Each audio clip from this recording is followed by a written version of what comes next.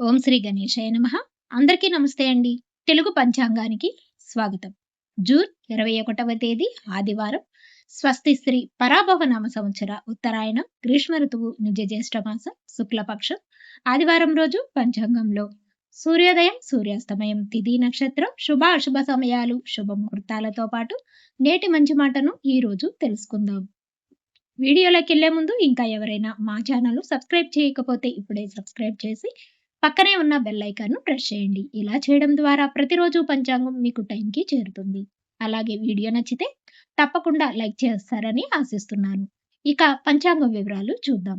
సూర్యోదయం ఉదయం 5:44 సూర్యాస్తమయం సాయంత్రం 6:54 చంద్రోదయం ఉదయం 11:44 చంద్రాస్తమయం రాత్రి 12:05 ఇక ఈ రోజు తిథి సప్తమి మధ్యాహ్నం 3:20 వరకు ఉంటుంది.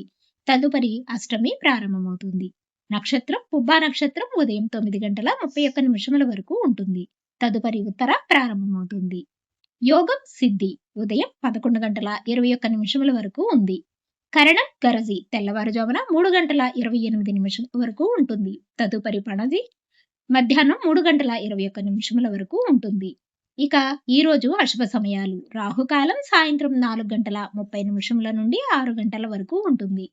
యమగండ కాలం మధ్యాహ్నం 12 గంటల నుండి 1:30 వరకు ఉంది.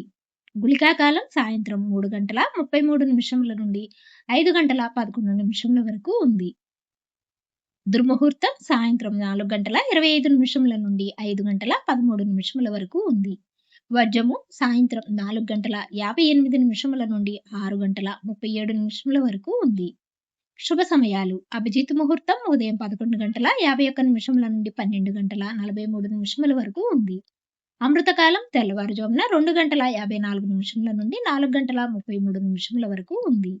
బ్రహ్మ ముహూర్తం తెల్లవారుజామున 4:10 నుండి 4:58 వరకు ఉంది. ఈ రోజు విశేషాలు ఫాదర్స్ డే. శుభ ముహూర్తాలు ఈ రోజు కూడా మంచి రోజు.